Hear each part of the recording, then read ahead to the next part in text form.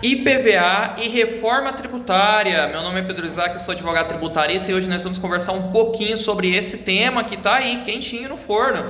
Eu sei que você deve estar ansioso para pagar IPVA sobre helicóptero, jatinho particular, lancha e jet ski. Com certeza, se você não tem, agora você vai ter um motivo para pagar imposto sobre esses bens. Você quer contribuir com a nação e vai adquirir esses bens para poder contribuir com o IPVA, porque agora incide sobre essas aeronaves e embarcações aquáticas.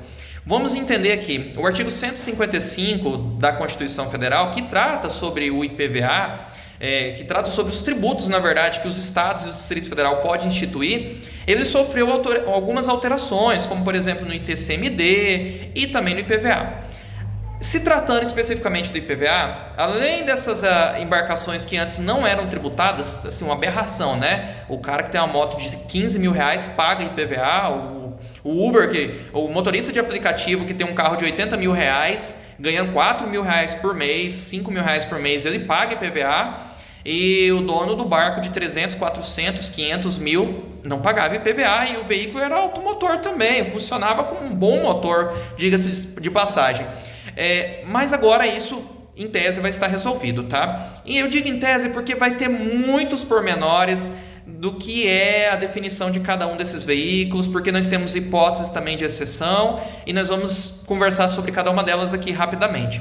O que mais muda com o IPVA? Além da inclusão desses veículos, nós temos agora a tributação com base no valor do veículo, quem pode mais paga mais. Então a gente tem essa justiça fiscal no sentido de equidade, quem tem um veículo de 600 mil, 700 mil, em tese quem tem uma Ferrari vai pagar mais que quem tem um Onix. Tá? Um outro critério é a questão da poluição. Quem tem um veículo mais poluente paga mais imposto do que aquele que não tem um veículo tão poluente.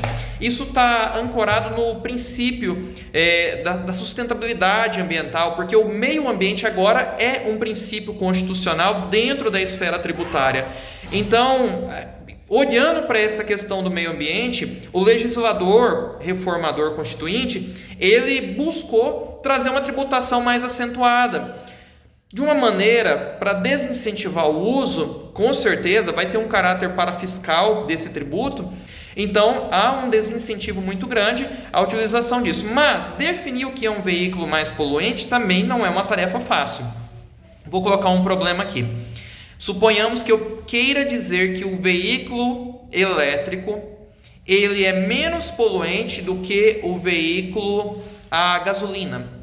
Bom, eu tenho um ponto, né? A gasolina poluente, emissão de gases, mas para construir uma usina hidrelétrica há um impacto ambiental severo.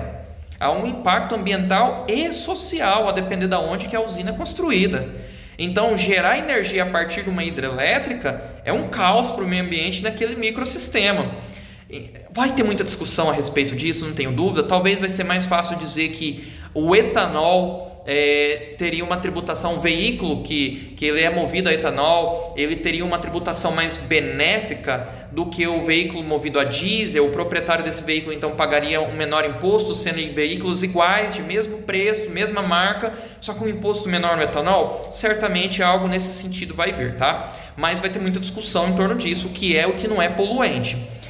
Se a gente passar um pouco adiante, nós vamos entrar agora nas exceções dos veículos automotores aéreos e embarcações aquáticas. E eu vou ler para vocês aqui. No parágrafo 6º do artigo 155 da Constituição, inciso 3º, a linha A, aeronaves agrícolas e de operador certificado para prestar serviços aéreos a terceiro. Gente, a aeronave agrícola é um conceito muito amplo. Por quê? Pode ser uma aeronave utilizada para fins particulares, eventualmente, quase sempre, cadastrado aí num CNPJ de uma empresa, de uma fazenda que explora uma atividade agrícola. E daí? O avião estaciona na sede, o avião ele faz o mapeamento da área, de alguma maneira ele exerce aquele bem, ele exerce uma função dentro do crescimento do patrimônio agrícola. E aí, se ele é uma ferramenta de trabalho, mesmo que ele seja usado um sem número de vezes para os fins particulares diversos, é uma aeronave agrícola, continua na mesma, não vai incidir. A segunda parte da linha A é mais fácil, né? E de operador certificado para prestar serviço aéreo a terceiro. Então, se a pessoa é um operador certificado, se ela é um operador certificado, então é mais fácil. Então, nós temos de novo aqui, será que essa pessoa não vai querer tirar a certificação? Quem ainda não é, mas é piloto? Então, se ele é um piloto, mas não tem essa certificação, ele faz voos privados, ele poderia de novo fazer uma certificação nesse sentido e aí não ser tributado. B. Embarcações de pessoa jurídica que tenha outorga para prestar serviço de transporte aquaviário ou de pessoa física ou jurídica que pratique pesca industrial, artesanal, científica ou de subsistência. Complicado de novo. Aqui nós estamos diante dos barcos, né? Vamos dizer que um veículo automotor, um barco pesqueiro, um barco de 300 mil pode ser um barco pesqueiro? Com certeza. Com certeza, você tem barcos aí navegando a quilômetros da costa, pescando, e são embarcações caríssimas que conseguem trazer aí um elevado número, né, de peixes e pescados. Mas aí agora vai entrar o problema. Industrial, beleza, industrial, vai trazer peixe ligado à indústria, dá para trabalhar uma hipótese em cima disso. Artesanal é o quê? O que é uma embarcação para a pessoa física ou jurídica que pratique pesca artesanal? O industrial já é difícil justificar. Agora o artesanal é injustificável. Porque assim, a gente precisa imaginar o quê? A pessoa fizer artesanato em cima do barco. Eu sei que parece ridículo o que eu estou dizendo, mas a pesca artesanal, o termo artesanal não tem o menor sentido. Eu faço uma pesca artesanal, é uma pesca artística? Não tem muito sentido. Científica, aí já a gente consegue justificar aquela pesca para aquele barco utilizado para fins de pesquisas científicas, né? Enfim, dos mais diversos. E de subsistência. Subsistência também é um conceito muito difícil de justificar. Não, é aquela pessoa que pesca para comer. Se eu pescar, eu posso comer também. Não, mas é porque se ele não pescar, ele não come. Beleza. A linha C, vocês acham que está confuso? Vocês acham que tem muita hipótese de intributação aqui? E tem. Plataformas suscetíveis de se locomoverem na água por meios próprios. Toda embarcação? Plataformas, elas são suscetíveis de se locomover por meios próprios? Sim, se você equipá-la, em tese, ela se locomove por meios próprios. Inclusive aquela cuja além desse grupo indeterminado de embarcações, inclusive aquela cuja finalidade principal seja a exploração de atividades econômicas em águas territoriais e na zona econômica exclusiva, em embarcações que tenham essa mesma finalidade principal.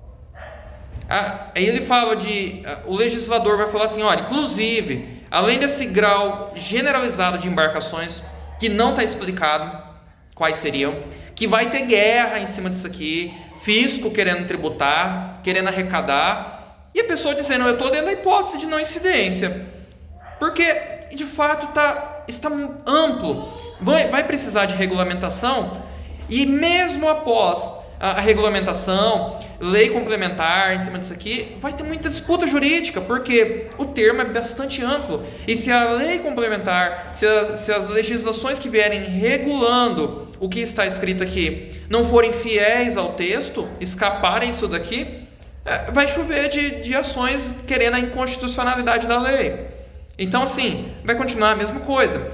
E aí, o constituinte, derivado, reformador, continua. Inclusive aquela cuja finalidade principal seja a exploração de atividade econômica em águas territoriais e na zona econômica exclusiva, e embarcações, agora aumenta o rol, e embarcações que têm essa mesma finalidade principal. Então, se a embarcação não tem essa finalidade principal, não tributa, e aquela que tem também não tributa, tá? Se ela tiver isso como um plus, não tributa. E se ela não tiver, não tributa também. As embarcações aquáticas, elas de fato, enfim, vai ser bem difícil conseguir trazer um conceito aqui de tributação. Vai ser muito difícil. As aéreas até que serão mais fáceis, mas será desafiador implementar esse novo IPVA. E, claro, a reforma está acontecendo agora. é muito comum no meio dos tributaristas, contabilistas, pessoas entusiasmadas com isso, a gente refletir sobre o que está escrito aqui, buscar referência doutrinária, participar de, enfim, reuniões e ainda assim parecer bastante inconclusivo o que o texto quer dizer. O que significa que, embora a simplicidade seja um princípio dessa reforma tributária, a fim de deixar o sistema mais claro e menos litigioso, não significa que pelos próximos anos nós teremos muitos litígios. Talvez aí pelos próximos 10, 15 anos serão tempos de bastantes litígios, até que esse IVA dual e essa nova roupagem tributária no nosso país de impostos sobre bens e consumo, eles estejam de fato minimamente consolidados, mas isso aí é trabalho para mais de uma década certamente. Se você gostou desse conteúdo, considere me seguir nas redes sociais e no meu canal. Um forte abraço e até o próximo vídeo, se Deus quiser.